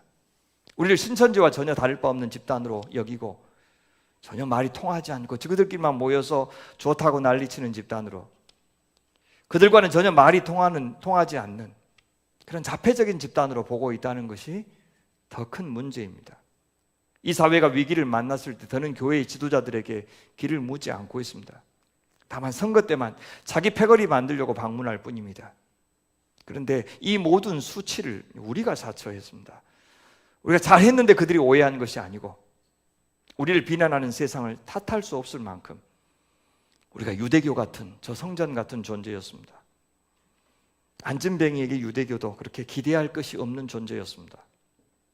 유대인들은 자기 자신과 가족을 위해서는 율법적으로 시간 지켜가면서 기도하면서도 이 안진뱅이의 영혼을 위해서는 아무 도움도 주지 못했습니다. 레위인도 제사장도 그를 돌봐주지 않았어요. 성전은 이 사람들이 들어가기에는 너무나도 거룩했기 때문에요. 그러나 성전은 자신들의 이익을 지키기 위해서는 하나님의 아들, 하나님 나라의 왕 예수마저도 죽일 정도로 끔찍한 악인들이었습니다. 그러면서도 이 안진뱅이와 자신은 차별하여 자신들만의 종교적인 위선과 가식의 성을 높이 쌓고 있었습니다. 그 교회가 얼마나 이웃을 향해서 우리 문제에 창념하느라고 이웃을 향해서 과연 마음을 열 만한 그런 여지가 있는지 모르겠어요. 얼마나 다음 세대를 걱정하면서 그들과 관대하게 협력하고 있는지도 한번 돌아볼 일입니다. 이만하면 됐다 우리 여기지 않죠? 한번 더 낮은 자리에 가서 한번 들어봅시다. 더 세상의 소리 한번 기울여 봅시다. 교회는 세상과 달라져야 합니다. 절대로 외모로 판단하는 세상 기준으로 차별해서는 안 됩니다. 안에서 돈 있는 자, 많이 배운 자, 봉사 잘하는 자, 젊은 사람 선호해서는 안 됩니다. 그래서 교회 안에 돈 없는 사람, 소자들을 찾아볼 수 없는 그런 곳으로 만들어서는 안 됩니다. 진리를 지키는 것은 좋지만 처음부터 상종 못할 죄인들 먼저 정해놓고 낙인 찍고 그들이 회개하기 전에는 교회 훨씬 더 못하게 만드는 그런 짓 해서는 안 됩니다. 예수님은 심지어 당시에 극도의 혐오의 대상이었던 죄인들과 세리들 집에 들어가서 그들과 식구가 되었습니다. 짐승 같은 인간들로 여기던 사마리아에 들어가서 복음 전하셨고 문둥병자 만져서 그를 고치기도 했습니다. 예수님이 하신 일은 는 경계를 넘고 경계를 지우고 경계를 무너뜨리고 그래서 그들과 손 잡는 일이었습니다. 그렇게 한다고 해서 부정해지는 것이 아니라 예수 자신의 거룩함이 그들을 거룩하게 한다고 믿으시면서 손을 잡았습니다. 우리도 세상이 진짜 변하기를 바란다면, 그들이 구원받기를 바란다면 사랑하라고 거룩하라고 말하기 전에 우리가 먼저 사랑 베풀어 주고 우리가 먼저 하나가 되고 우리가 먼저 거룩한 삶을 보여주어야 합니다. 변하고 난 다음에 사랑하겠다고 말하지 말고 변할 때까지 우린 사랑하면서 기다려야 됩니다. 그런 안진뱅이 앞에 베드로와 요한 두 사람이 다가옵니다. 돈에 사로잡힌 사람한테 성령에 사로잡힌 사람이 다가옵니다. 사탄에게, 사망에게 사로잡힌 사람한테, 광야같이 황폐한 사람에게 성령의 사람이, 하나님의 사람이, 낙원의 사람이 다가옵니다. 안진뱅이가 이 베드로와 요한을 놓칠 리가 없죠. 그래서 구걸했습니다. 그들을 보면서 구걸했어요. 그때 사도들도 안진뱅이를 보았다고 성경이 이야기하죠. 하지만 그들이 서로를 보는 목적은 달랐습니다. 사도들도 안진뱅이를 주목하여 봤는데 마음을 꿰뚫어 보았다는 뜻입니다. 돈을 갈망하는 마음도 보았고 더 지나서 자신의 비참한 삶에 참담해하는 마음도 보았습니다. 그리고 말합니다. 우리를 보라. 안진뱅이가 놀랐을 거예요. 다 자기들 무시하고 지나쳤는데, 간혹 동전을 던져주는 사람은 있었는데 자기들한테 말을 걸어주는 사람은 없었습니다. 사랑하는 여러분, 이것이 성령에 충만한 사람입니다. 사랑은 이렇듯 누구를 대하든지 그래 하나님의 형상대로 지음받은 존재라고 보는 것을 말합니다. 그래 그 밖에 다른 모든 조건들을 다 상대화시킬 때 우리는 그 사람과 우리 사이의 차이를 지우고 하나가 될 수가 있습니다. 우리가 어떻게 원수까지 사랑할 수 있겠습니까? 그를 하나님이 사랑하시는 하나님의 형상대로 지음받은 사람으로 볼 때 가능하지 않겠습니까? 세상은 지금 우리를 사람이 아니라 돈을 벌어주는 자원으로 보고 있잖아요. 돈 있는 사람이, 또 강한 사람이 삶의 규칙을 만들고 있습니다. 우리를 오직 효과적으로 이용하고 부릴 대상으로만 간주합니다. 교회도 상당 부분 그래 왔어요. 그래서 얼마나 진통을 겪었습니까? 성도들 교세 확장을 위한 자원으로 간주해 왔고, 목사를 복음을 세일지 하는 기관의 CEO가 되게 만들었습니다. 비극이죠. 아무도 서로가 서로를 하나님의 존귀한 형상, 하나님이 자기 아들을 대신 십자가에 죽게 하면서까지 살리고 싶어 하셨던 세상에서 가장 가치 있는 존재로 충분히 대우해 주지 않았기 때문에 학교도 교회도 기업도 그 생명력을 잃어가고 있는 것입니다. 지교회, 개교의 중심에 자영업자로 만들었고 주식회사로 만들어버렸습니다. 그것이 바로 복음을 잃었다, 복음을 잊었다는 말의 뜻일 겁니다.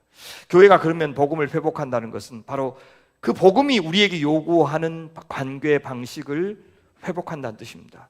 그러자면 가장 먼저 해야 될 것이 바로 시각교정입니다. 안진뱅이에게 우리를 보라고 말을 걸어주는 바로 그와 같은 관계를 회복하는 것입니다. 만약 이 시선으로 우리가 세상을 본다면, 그 교회가 세상을 본다면 분명 기적은 저는 일어나리라고 믿습니다. 성도들이 목회자의 종교적인 성공을 위해서 이용되지 않을 때, 또 목회자가 성도의 종교적 욕망을 실현시켜주는 도구로 전락하지 않을 때, 교회는 진정한 성전, 참 하늘 가족이 될 것이라고 믿습니다. 사도들이 우리를 보라고 하니 안진뱅이가 흥분했겠죠. 그 사람의 속마음이 5절에 나옵니다. 그가 그들에게서 무엇을 얻을까 하여 바라보거늘, 이거 또 돈 줄란갑다, 그죠? 돈 좀 솔찬히 많이 줄란갑다 하고 이제 기대하면서 쳐다봤습니다. 근데 그때 안진뱅이의 기대와는 달리 열린 것은 베드로의 호주머니가 아니라 베드로의 입이었습니다. 베드로가 이르되 은과 금은 내게 없거니와 내게 있는 이것을 내게 주노니 나사렛 예수 그리스도의 이름으로 일어나 걸으라. 은과 금 내게 없다. 재산 신고하고 있습니다. 그렇죠. 예수님 따를 때 있는 거 다 버리고 따라왔으니 없습니다. 이 사도들은 지금 이 거린이 가장 갖고 싶었던 거 하나도 갖고 있지 않습니다. 그러나 거린에게 가장 필요했지만 사실 거린 자신도 모르고 있던 것은 갖고 있습니다. 하지만 당장에는 그를 실망시킬 것이죠. 하지만 제자들은 이 안진뱅이에 필요한 것을 갖고 있었는데 그것은 뭡니까? 1차적으로는 치유죠. 그러나 더 나아가서 예수입니다. 역시 안진뱅이만의 문제가 아니죠. 우리의 문제죠. 우리의 문제는 하나님 앞에 너무 큰 것을 바라는 데 있지 않고 너무 작은 것을 바라는 데 있습니다. 우리 하나님이 하실 수 있는 큰 일을 기대하지 않고 아예 우리가 할 수 있는 것 범위 내에서만 하나님께 기도하는 것, 하나님이 하실 일을 기대하지 않는 것이 우리의 문제입니다. 터무니없는 것을 구하지 않는 것이 문제입니다. 그래서 우리의 기대와 우리의 상식과 우리의 계산을 뛰어넘어서 상상도 하지 못할 일을 주님께서 하실 수 있다는 것, 그거 경험하지 않고 하나님 안 보이고 하나님 음성 안 들리는 이 세상에서 어떻게 하나님을 믿냐고요. 그 놀라운 타이밍으로 어떤 사람도 생각하지 못하는 방식으로 내 삶에 들어오셔서 이 완고한 인과율을 깨트리시는 그 하나님의 초자연적인 역사를 경험하지 않고 어떻게 하나님을 믿냐고요. 무슨 논리로요? 무슨 지식으로 나를 설득합니까? 내 욕망을 변화시킵니까? 그런 거 없습니다. 기대해야 됩니다. 하나님 일하십시오. 나 무조건 믿습니다. 무조건 의지합니다. 그래서 저는 다 갖춰진 교회에 가는 게 힘들어요. 그래서 지금 또 하나 개척해달라고 지금 교회에 막 조르고 있는 중이에요. 사람 수가 늘어나면서는 이 하나님께서 일하시는 것들 점점 보기 힘들고 사람들 관리하고 시스템 만들고 이렇게 되어가고 있는 것이 답답해서 개척을 하면 참 기적 같은 일이 많이 일어나서 참 재밌는데 저는 뭐 갖춰서 대접받으려고 이 목회 생활을 하는 거 아닌데 그런 환경 속에 저를 몰아넣고 싶은 거예요.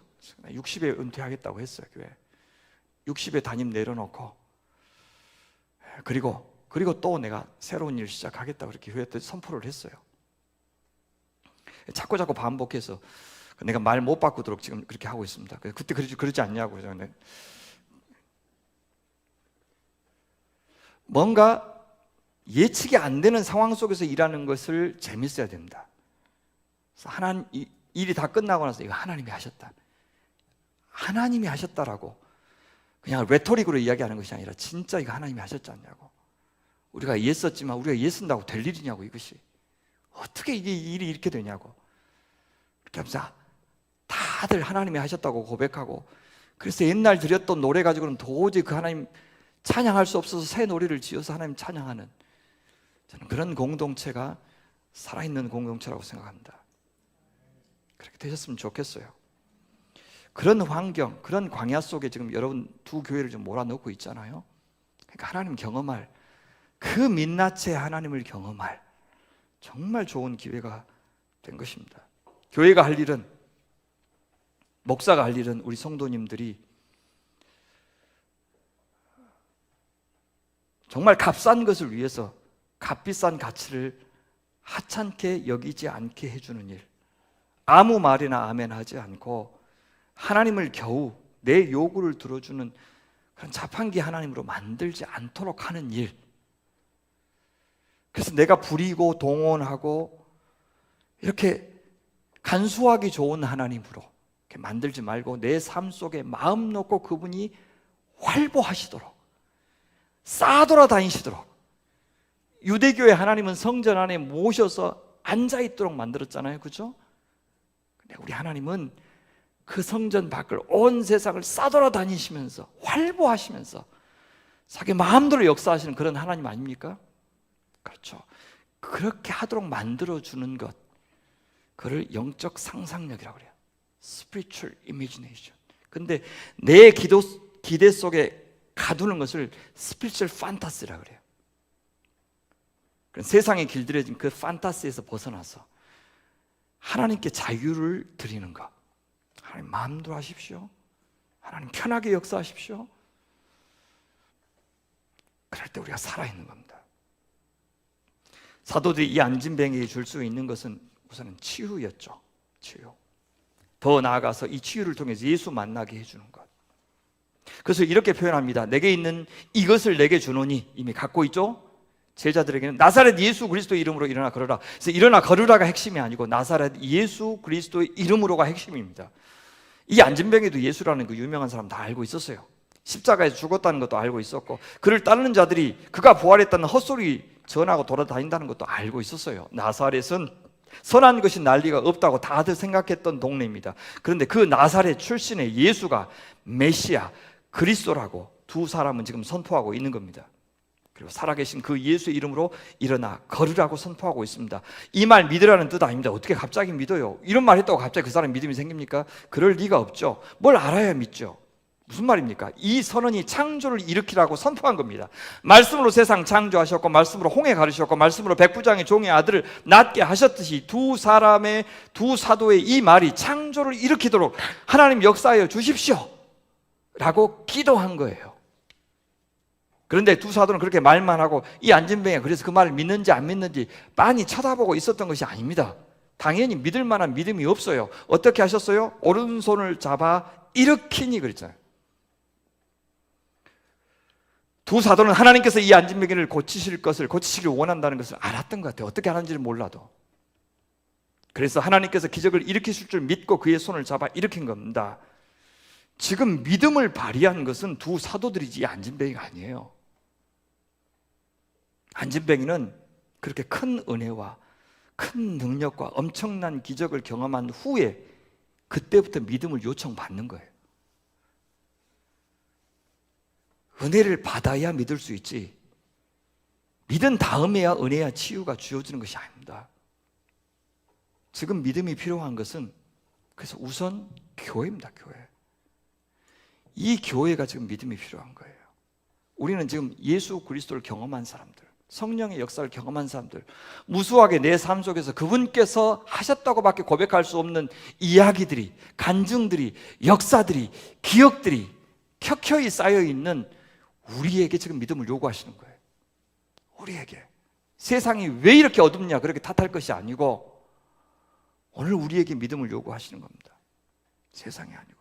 교회가 믿음이 없어서 세상을 변화시키지 못하기 때문에요. 믿음이 없으니 하나님이 우리의 삶을 변화시키는 것을 그들에게 보여주지 못하고 있기 때문에요. 우리는 세상을 향해서 그 자리에서 일어나면 받아주겠다고 말해서는 안 됩니다. 그것은 성전이 지금 하는 짓입니다. 성전이 이 안진뱅이가 나음을 입어야 이 안에까지 들어오게 해주겠다고 말하고 있지 않습니까? 그 전까지는 형제도 아니고 같은 예배자로 인정하지도 않겠다고 했어요. 열등한 유대인으로 여겼어요. 삼류 인생으로 여겼어요. 지금도 교회가 세상 사람들에게 혹은 성도들에게 이런 조건 제시하면 안 됩니다. 회개하고 오면 잘해주겠다고 말해서는 안 됩니다. 우리는 믿음으로 이루어진 하나님의 선한 창조를 그들이 경험하게 해주어야 합니다. 주 예수 그리스도의 이름의 권세를 그들이 경험하게 해주어야 합니다. 그들이 하나님 나라를 진짜 맛보게 해주어야 합니다. 그래야 죽은 다음에도 하나님 나라가 있다고 믿을 것 아니겠습니까? 그런 것을 경험하면 즉시 회개하는 것도 아닙니다. 우리도 안 그랬습니다. 얼마나 오래 걸렸습니까? 마음이 회복되고 교회에 대한 실망감이 사라지고 상처가 나을 때까지, 부정적인 이미지가 사라질 때까지 얼마나 오래 기다려야 되는지 우리는 모릅니다. 40년이나 상한 마음으로 살아온 사람입니다. 교회가 참 오랫동안 세상을 실망시켜 왔습니다. 그러니 그보다 더 오랫동안 일관되게 잘해야 할 것입니다. 이 교회도 옳은 일이면 성과가 있든지 없든지 그냥 해야 하는 일인 줄 알고 꾸준히 앞으로 해야 됩니다. 그렇게 해봤자 사람 수 늘지도 않고 청년들이 우리 교회에 오지도 않는데 뭔 돈을 그런 데 써야 한단 말인가, 그렇게 생각하면 안 된다는 뜻입니다. 사랑하는 여러분, 이제 그 교회는 누구의 손을 잡아서 일으키라고 하시는 것 같습니까? 아마 이 안에도 서로서로, 그죠?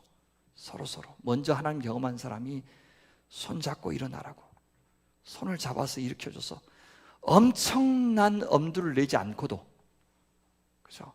엄청난 것을 무릅쓰지 않고도 그냥 한번 해볼 만큼, 엄두를 낼 만큼 도와주자고요. 조금 힘이 남아있는 사람이 없는 사람부터 이렇게 세워주고 같이 가보자고, 한번 해보자고, 쳐다보지만 말고.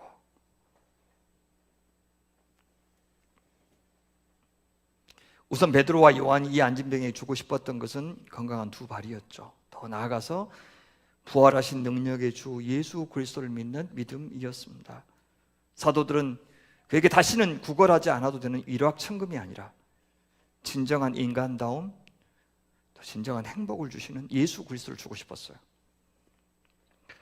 그리스도인은 누굽니까? 은과 금이 아무리 많아도 우리가 절대 할 수 없는 일이 있다는 것을 아는 사람. 은과 금보다 더 값지고 가치 있는 것이 있는데 그것이 바로 예수 그리스도의 복음이요 하나님 나라인 것을 아는 사람. 그래서 은과 금이 없어도 은과 금이 있는 사람보다 더 아름답게 사는 법을 아는 사람. 은과 금이 우리를 살릴 수도 있지만 우리를 죽일 수도 있다는 사실을 아는 사람. 그것이 바로 그리스도인입니다. 그렇다면 이제 우리가 해야 될 일은 분명합니다. 돈을 줄까 하여 하나님을 찾고 교회를 찾아온 사람들을 우선은 실망시키는 일을 담대하게 해야 됩니다. 교회 그런 곳 아니라고. 하나님 믿는다고 해서 그런 복 얻는 거 아니라고. 우리 하나님 믿으면 그전에는 안 당했던 고난까지 당하게 된다고. 솔직하게 말해주고 예수 믿는 복도 말해주지만 예수 믿어서 치러야 되는 대가도 솔직하게 말해주는 것. 그것이 지금 교회가 해야 될 일입니다. 그들 외면하라는 말이 아니고요, 그들의 필요를 모른 채 하라는 말이 아니고요, 돈만 주고 빵만 주는 데서 끝나지 않아야 됩니다. 진짜 그들에게 필요한 것이 무엇인지 가르쳐 주어야 합니다. 그들이 더 귀한 것을 갈망하도록 우리가 그 가장 소중한 보화, 주 예수 그리스도로 인하여 기뻐하고 만족하는 삶과 존재를 보여주어야 합니다. 우리가 진짜 예수 쟁이들이라면, 진짜 그리스도의 몸이라면, 그래서 우리에게 예수 냄새 나고 예수 맛이 나고 예수의 자태가 나타난다면 아마 우리가 큰 소리 치지 않아도, 큰 돈 들지 않아도 아마 세상은 우리한테 우리 말 좀 들어달라고 그렇게 요구할 겁니다. 우리가 복음대로 잘 사는 것보다 더 효과적인 복음 전하는 길은 저는 없다고 생각합니다. 왜요? 세상은 지금 진짜를 기다리고 있습니다. 진짜를 보고 싶어 합니다. 세상 모든 사람들이 다 돈에 환장해 있는 것 아니에요. 왜 사람들이 나의 아저씨란 드라마를 그렇게 좋아했습니까? 왜 나의 해방일지에 감동했습니까? 왜 소통 전문가 김창옥 씨의 강의는 매회 매진됩니까? 법륜 스님의 강의는 종교를 불문하고 왜 이렇게 좋아하죠? 왜 사람들이 어른 김장하를 보면서 정말 좋아했습니까? 그들도 삶의 의미를 찾고 있습니다. 그들도 가치를 찾아 헤매고 있는 것입니다. 그들은 돈이 자기들이 얼마나 공허하게 한다는 것을 이미 알고 있습니다. 참 어른, 참 스승을 보고 싶어 합니다. 지금 어른들 세대, 기성세대가 지금 뭐라고 그럽니까? 트렌드라고 하면서 소확행을 붙이고 있지 않습니까? 불확실한 미래에 투자하지 말고 당장 갖고 싶은 거 가져, 소비해, 돈 쓰라. 어떻게 어른들이 그렇게 젊은이들을 부추깁니까? 그것이 트렌드다. 그 트렌드에 맞게 살아라. 그렇게 부추겨놓고 돈 버는 어른들, 이 썩을 놈들 정말 어떻게 어른이면서 그런 소리를 하냐고요. 그러면 안 된다고 해야 어른 아닙니까? 그래서 영끌에서 주식 사고 비트코인 사고 집 사라고 부추기면서 자기들의 부동산 다 젊은 사람들 팔아먹는 짓을 좀 교회가 해왔습니다. 어떻게 그래야 되냐고요.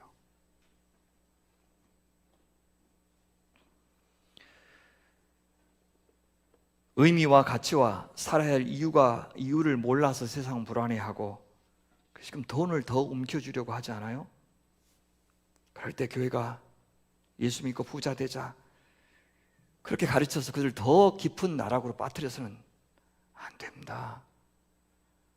교회는 아주 담대하게 분명하게 확신을 가지고 예수 아니면 우리 모두가 다 가망 없는 불구자다, 죽은 자다 라고 말해 주어야 합니다.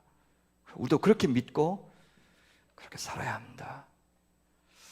지금 한 2달 동안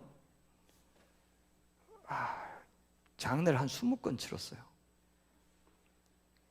한 20명이 지금 위험을 했습니다. 제가 유독 우리 강경민 목사님 앞에 두고 제가 좀 그렇지만 한 25년 목회하면서 유독 장례를 많이 치렀어요. 그런 사람이 있는가 봐요. 장례 복이 있는 사람이. 적게 잡아도 제가 한 500회는 치른 것 같아요. 장례를. 그러니까 이제 패턴이 보여요. 이분 돌아가시겠다. 노후 준비 하지만요. 뭔 뜻인지 모르고 그런지 괜히 불안해서 그렇게 하고 있어요. 그 노후 거의 대부분 치매로 돌아가십니다. 요양원, 요양병원에서요. 뭔 돈을 그렇게 쌓아놨는지 모르겠지만 그래요. 그 노후 준비라는 그 병원비나 아마 될 겁니다. 사람이 저렇게 죽어요. 그냥 저렇게 끝나요. 이상할 것도 없고 특이할 것도 없고 다 그렇게 죽어요. 젊을 때 하나님 위해서, 하나님 나라 위해서, 사랑하기 위해서 그렇게 사는 거 아껴서 다 병원 갖다 주고 의사들 갖다 주고 자식들 갖다 주는 거예요. 돈 없어서 막 무시당하고 그렇게 만들지 않는 교회 만들면 돼요. 이 교회 성도들이 나중에 그 노후 대비 못 해가지고 병원도 못 가고 초라하게 그렇게 죽지 않도록 내가 가만 안 둔다라고 약속하면 돼요. 저희 교회는 약속했어요. 돈 젊을 때 그러지 말으라고. 끝까지 책임져 준다고 교회가. 끝까지. 세상한테 그걸 보여줘야 됩니다. 돈 가지고 전전긍긍하지 않아도 마지막까지 품위 있게 아름답게 멋지게 그렇게 살면서 주님 앞에 갈 수 있다는 걸 보여줘야 돼요. 그렇게 손을 잡아 일으키자 어떤 일이 벌어집니까? 오른손을 잡아 일으키니 발과 발목에 힘을 얻고 뛰어서서 걸으며 그들과 함께 성전으로 들어가면서 걷기도 하고 뛰기도 하며 하나님을 찬송하니 돈이 없어도, 은과 금이 없어도 누릴 수 있는 이 기쁨, 이 환희, 이 찬양, 이거 못 누리면 예수 믿고 아무것도 아닙니다. 이 기쁨 모르면, 이 맛 모르면, 이 계산 안 되는 이 중요한 가치 내 인생에서 모르면 몇십 년 신앙생활 했다 그래도 아무것도 안 남는 겁니다. 얼마나 좋았겠어요. 그는 생전 처음으로 서보았어요. 생전 처음으로 걸어보고 뛰어봤어요. 눈과 눈을 마주하면서 사람들과 말할 수 있게 되었어요. 가고 싶은 곳 어디든 갈 수 있게 되었어요. 그동안 그 사람의 세상은 집과 성전, 미문 두 곳뿐이었는데 다른 세상이 자기 속으로 들어왔어요. 기립불능의 상태로 떠메어서 왔던 이 사람이 이제 기립하여 자력으로 걷는 이 사건, 이것은요 죽음에서 부활한 것과 다름없는 사건입니다. 실제로 사도행전에서 이 서다 히스템이라고 하는 이 동사는 예수님의 부활을 가리킬 때 자주 등장하고 있어요. 뭘 암시합니까? 예수께서 죽음 가운데서 부활하셨듯이 이 장애인도 사실은 자리에서 일어난 것이 아니라 죽은 자 가운데서 부활한 것이다. 누구의 능력으로? 부활하신 그리스도의 능력으로. 그걸 말하고 싶어서 의도적으로 이 단어를 쓴 거예요. 광야 같은 인생의 꽃이 피었습니다. 죽은 거나 다름없는 인생이 살아났습니다. 새 창조가 일어났어요. 어떤 의술도 아니고 은과 금의 힘도 아니고 나사렛 예수 그리스도의 이름의 권능으로 이루어진 창조, 그를 의지하는 사도들의 말씀이 만들어내는 창조. 이 기적은 베드로와 요한이 의지하던 그분 예수님이 하늘 보좌 우편에 앉아서 이 세상을 다스리신다, 생명 주신다, 새롭게 창조하고 계신다라는 것을 보여주는 또 하나의 증거가 되었습니다.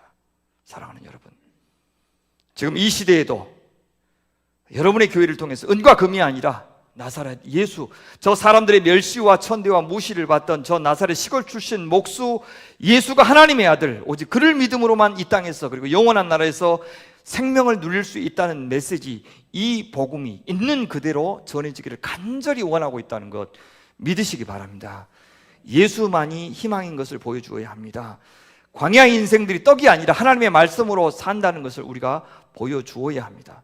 중세 한 교황이 돈을 세면서 토마스 아퀴나스에게 이렇게 말했어요. 토마스, 이제 우리는 은과 금은 내게 없거니와 라는 말을 할 필요가 없게 되었네. 이 말을 듣고 토마스 아퀴나스가 대답합니다. 네, 그러하옵니다 성하. 은과 금이 없다는 말뿐만 아니라 내게 있는 이것을 내게 주노니 나사렛 예수 그리스도 이름으로 일어나 걸으라 라는 말도 할 수 없게 되었습니다. 교회가 가난의 상징일 때가 있었어요. 그때 교회는 역설적으로 영적인 수원지 역할을 했습니다. 교회 은과 금이 가득할 때는 영적으로 무기력한 공동체가 되었습니다. 이 교회는 하나님께서 강제로 어쨌든 돈이 없는 교회가 되게 했죠. 어떤 기회입니까? 진짜 예수님 하나님 적나라하게 의지할 기회가 되었어요. 그렇게 생각하셔야 됩니다. 우리는요 손주들 할 때 용돈 줄 때는 어떻게 해요? 아까운 거 그렇게 안 하죠. 어떻게 해요? 아유, 더 주고 싶은데 이거밖에 없다 그러죠. 왜 그래요? 손주와 내가 동일시되기 때문에 그렇습니다. 손주한테 주는 건 남한테 주는 게 아니야. 나한테 주는 겁니다. 우리가 헌금할 때 어때요? 너무 많이 잡았네. 맨날 그러죠. 이렇게까지 내가 많이 해야 되나? 그런 생각이 들죠. 왜? 아직까지는 교회가 내가 아니니까요. 교회한테 돈을 준다 그러지 나한테 쓴다는 생각이 없어요. 나와 예수가 하나가 되지 않아서 그러는 거예요. 이 교회가 사는 것이 내가 사는 것이라는 생각을 하는 것이 진리입니다. 다른 큰 교회 가서, 갖춰진 교회 가서 거기서 몸 담는 것이 신앙생활 아니에요. 교회는요 내가 만든 만큼이 교회예요. 남이 만들어준 곳에 가서 앉아 있는 것이 교회가 아니라고요. 실제요, 손봉호 교수님 계산해 보면 큰 교회 있죠. 큰 교회의 헌금을 n분의 1로 그 성도들 수로 나눈 금액이 있죠. 근데 이 읍면 단위 교회 있죠. 읍면 단위 교회의 헌금을 교인 수로 나눈 돈이 훨씬 큰 교회보다 많아요. 근데 큰 교회 있으면 큰 교회가 하는 얼마나 많은 일들이 있습니까? 그죠? 큰 산 일들이 많죠. 그러니까 자기가 같이 잘한다고 생각을 해요. 얼마나 헌금하는지 그걸 계산하지 않고 얼마나 희생하는지를 이야기하지 않고 큰 교회가 하는 것이 내가 하는 거예요. 근데 읍면 단위 성도님들이 훨씬 많이 한다고요. 주님은 헌신을 보시죠. 금액을 보시는 게 아니고.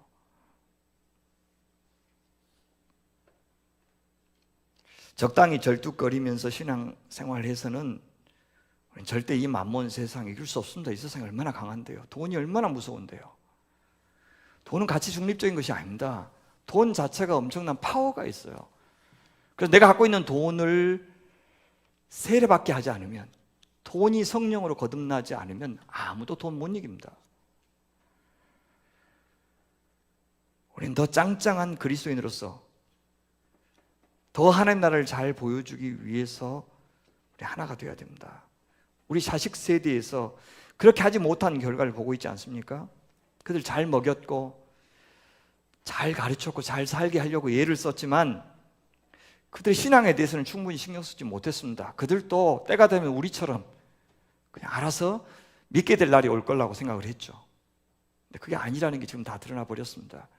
우리 부모들이 자식들한테 잔소리 한 것, 안 한 것 아니에요. 근데 자식들은 이미 온몸으로 알고 있어요. 우리 엄마가 내가 신앙생활 잘할 때보다 좋은 성적표 갖고 왔을 때 훨씬 더 화창하게 웃는 것을 봤기 때문에, 우리 부모가 돈이 많아졌을 때 훨씬 더 기뻐하는 것을 봤기 때문에 걔들은 부모 임에서 아무리 신앙 이야기해도 우리 부모에게 중요한 가치가 돈이고 성적이라는 것을 말하지 않아도 다 알고 있다고요.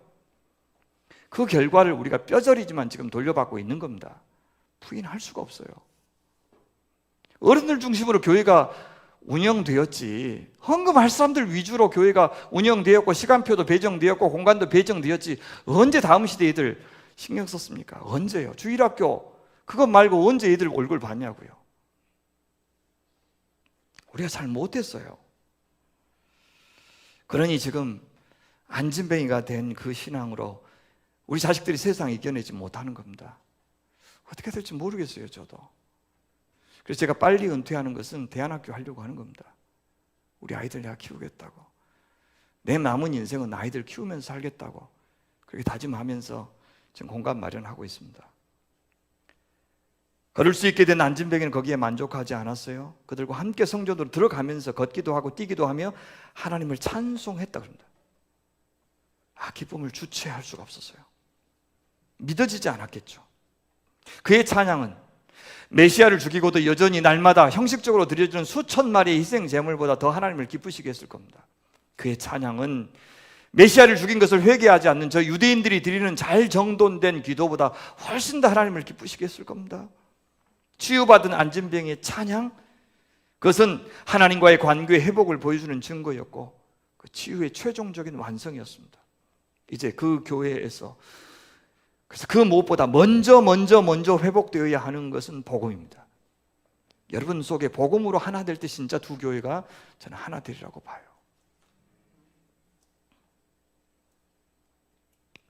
그렇게 한다면 누가 말려도 안 들을 만큼 이 복음을 자랑하는 사람이 된다면 주님께서는 이 교회를 쓰실 겁니다. 그걸 보시고 우리 주님은 하늘에서 크게 웃으시고 같이 춤추실 것 같아요. 그 교회가 복음으로 인해서 흥을 회복하고 멋을 회복하고 맛을 회복한다면 우리 자신이 이 복음의 가장 강력한 증거가 될 것이고, 명확한 증거를 가진 증인이 가장 강력한 증인이 되는 법입니다. 이 안진병이었던 사람이 기뻐 찬양하면서 걸어다니고 뛰어다니는 이 모습 자체가 가장 강력한 복음 선포였던 것처럼 말입니다. 그래서 사람들이 어떻게 반응합니까? 모든 백성이 그 걷는 것과 하나님을 찬송함을 보고 그가 본래 성전 미문에 앉아 구걸하던 사람인 줄 알고 알아보고 그에게 일어난 일로 인하여 심히 놀랍게 여기며 놀라니라. 놀랍게 여기며 놀라니라. 겁나 놀라니라. 허벌나게 놀라니라. 날 때부터 혼자서는 도저히 빠져나올 수 없는 억압과 배제, 소외와 빈곤, 육체의 감옥에 갇혀있던 한 사람이 근본적으로 변화되었고 그 인생이 역전된 것을 본 사람들은 입을 다물 수 없었어요. 놀라웠어. 우리가 제대로 변하면 이렇게 세상이 난리가 날 겁니다. 교회가 제대로 교회다워지면 세상은 요동칠 겁니다. 우리 자신을 변화시키지 못하는 복음으로 어찌 세상이 변화되기를 기대할 것이며 젊은이들이 찾아오기를 기대할 것이며 죄인들이 회개하기를 기대하겠습니까? 이제 나부터 복음의 사람, 사랑의 사람, 복음으로 기뻐하며 춤추는 사람, 그렇게 회복됩시다. 그 교회가 다른 어떤 관심사, 그 무엇으로 합의해서 하나가 되는 그 여정, 그것보다도 복음으로 하나가 되는, 같은 복음 앞에 무릎을 꿇는 그 역사가 있었으면 좋겠어요. 제가 교회 수습할 때 했던 일이 그겁니다. 다른 모든 관심사들, 사안들 다 내려놓으라고. 우리 복음으로 기뻐하고 복음에 물들고, 그죠? 복음이 우리 안에 번지는 그런 역사를 먼저 경험하자고, 그렇게 호소했던 것처럼 그 호소를 여러분에게 드리고 싶은 겁니다. 그런 교회 된다면 그것을 찾고 있고 보고 싶어하고 듣고 싶어하는 이 세상이 분명 우리들의 말에 귀를 기울이기도 시작할 것입니다. 말씀 맺겠습니다. 사랑하는 형제자매 여러분, 이제 우리 함께 하나님 앞에 이 마음으로 기도했으면 좋겠어요. 주님, 저부터 살려주십시오. 하나님, 이 교회부터 살려주십시오. 어떤 모습으로 교회를 만들어 가겠다고 하는 그런 논의 다 내려놓고 제가 먼저 그 복음 때문에 어쩔 줄 몰라 하는, 우리 안에서 파장이 일어나고 파문이 일어나는 그 역사가 좀 일어나길 소원합니다. 그래서 그 복음이 빚어내는 교회의 모습을, 성령께서 빚어내는 교회의 모습을 우리가 보고 거기에 예스하는, 동의하는, 하나님 그 순서로 나아가기를 소원합니다. 복음이 복음답게 이 강단에서 선포되게 하시고 그 복음에 사로잡히게 하시고 예수 그리스도께 사로잡혀서 사랑의 신 왕, 우리의 주권자 예수님, 그분의 통치 아래에서 그분의 뜻만 이루어지기를 갈망하는 교회 되게 해주십시오. 이 사경회에서 영적 안진병인 우리들이 일어나기를 소원합니다.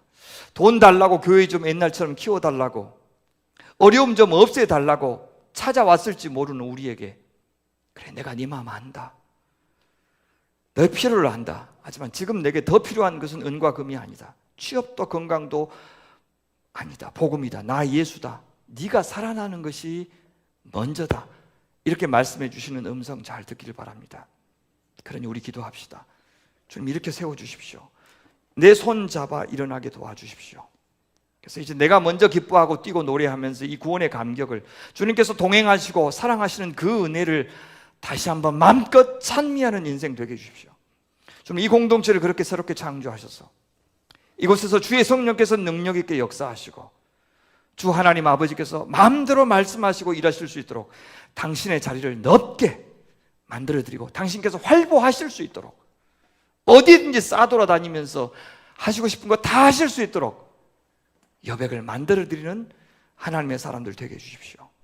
세상은 지금 은과 금이 없는 사람들 다 외면하고 있는데 이 교회만은 우리를 보라, 우리를 보라 하면서 말을 걸어주고 그들이 모르는, 그들이 반드시 알아야 되는 예수 그리스도를, 그분의 마음을 갖고 다가가 전해주는 하나님 그런 교회로 회복시켜 주시옵소서. 그들이 원하는 것이 아니라 그들에게 필요한 것, 그래서 은과 금이 아니라 나사렛 예수 그리스도를 자랑하며 전해주는 교회, 맛보게 해주는 교회, 손에 잡히도록 경험하게 해주는 작은 예수 공동체 주님 되게 해주십시오. 그 교회 안에 있는 우리 어른들도 계시는데 나이 들어 늙어가고 가진 것도 점점 없어지지만 우리 신앙만은, 하나님을 향한 기대만은 여전한 푸르디 푸른 청춘의 신앙이 되어서 세상을 주 예수님 앞으로 돌아오게 하는 일에 우리 어른들이 앞장서게 해주십시오. 그런 교회 되게 해주십시오. 우리 그렇게 기도하는 그런 교회 되었으면 좋겠습니다. 우리 같이 좀 기도할까요? 우리 이렇게 기도합시다. 좀 살려주십시오. 우리에게 찾아오신 주님, 나를 보라고 하신 주님, 이제는 나를 믿으라고 말씀하신 주님을 내 전부를 걸고 영접하게 해주십시오. 그런 광야 사경회가 되게 해주십시오. 기도합시다. 주님, 주님에게 어울리도록 주님을 대접해드리는 저희가 되게 해주십시오. 은과 금을 주시는 고작 그 정도의 하나님이 아니라 생명을 주시고 존재의 의미를 주시고 진짜 참된 복, 참된 만족과 기쁨을 주시는 분으로 당신을 영접하게 도와주십시오. 그런 당신을 이번 기도의 기간에 만나게 해주십시오. 주님 꼭 부탁드립니다. 그렇게 해주십시오. 그렇게 기도하는 저희들 되었으면 좋겠습니다. 같이 기도하겠습니다. 하나님 아버지, 안전병인 저희들에게 찾아와 주셔서 감사합니다. 불쌍히 여기셔서 다시 한번 기회 주셔서 감사합니다. 없어서 아쉽고 쪼그라든 마음에 우리 그리스도만으로 충분한 인생으로 회복시켜 주시옵소서. 당신으로 족하고 당신이 있어서 주께서 열어가시는 세상을 상상하며 절망의 자리에서 일어나서 우리 하나님 하실 일을 기대하는 교회로 삼아 주시옵소서. 아버지, 우리 앞에 닥친 문제들, 현안들만 생각하면 마음이 답답하고 도대체 절벽 앞에 선 것 같고 태산 앞에 선 것 같아서 마음이 무너지지만 아닙니다. 창조주 하나님, 홍해를 가르셨던 하나님, 요단강을 가르셨던 하나님, 세상을 창조하셨던 하나님, 이 무수한 역사 동안 한 번도 포기하지 않고 당신 나라의 역사를 이루어 오신 그 하나님, 마침내 주 예수 그리스도 보내셔서 그 약속을 이루신 하나님, 또한 장차로 당신의 아들 보내셔서 그 모든 일을 성취하실 그 하나님이 우리 앞에 계시오니 아버지, 그 하나님 믿어드리고 그 하나님께서 부족한 저희들을 통해서 역사하시고 새로운 이야기를, 당신 나라의 이야기를, 사람을 살리는 이야기를 만들어 가실 줄 기대하며 의지하는 저희들 되게 하여 주시옵소서. 그 어떤 장애도 어려움들도 당신을 경험케 하시려는 하나님의 기회인 것으로 알고 기꺼이 의지하고 내어 맡겨드리는 하나님의 사람들 되게 하여 주시옵소서. 하나님 아버지, 오늘도 은과 금을 위해서 애쓰고 수고하는 저희들을 주목하여 바라봐 주신 거 감사합니다. 그거 주실까 하여 쳐다보는 저희들, 그거 달라고 구하는 저희들 불쌍히 여기시고 진짜 보아야 될 것 보게 하신 하나님 감사합니다. 주님, 저희가 영적 안진병이요 거린인 것을 고백하오니 이렇게 세워주시옵소서. 주님을 믿는 믿음으로 살아나고 일어나고 뛰어다니고 주님 보여주신 새 길을 걷는 인생이 되게 하여 주시옵소서. 주님, 더는 살아왔던 대로 살고 싶지 않습니다. 주님의 전에 나아가 함께 예배하는 기쁨을 누리고 싶습니다. 좀 저희를 고쳐주시옵소서. 주님이면 충분한 족한 인생이 되게 하여 주시옵소서. 우리 자식들을 살려주시옵소서. 하나님, 이 교회 하나 되게 하시고 새롭게 하여 주시옵소서. 그래요, 이 교회를 통해서 이 땅에 교회도 다시 세워주시고 이 지역도 살려주시옵소서. 주께서 낮고 천한 저에게 다가오셔서 아들을 내어주시는 큰 사랑으로 상대해 주셨듯이 저희도 누구든 주께서 사랑하라고 보내주신 사람들을 있는 그대로 받아들이고 다른 곳에서 신앙생활하는, 다른 이야기를 갖고 살아온 사람들을 주님의 마음으로 영접하고 세워주는 그런 인생 되게 하여 주시옵소서. 남은 집회 기간 동안 이 복음에 잠기고 주의 사랑에 잠기는 은혜가 있게 하여 주시옵소서. 감사하오며 우리 구주 예수님의 이름으로 기도하옵나이다. 아멘.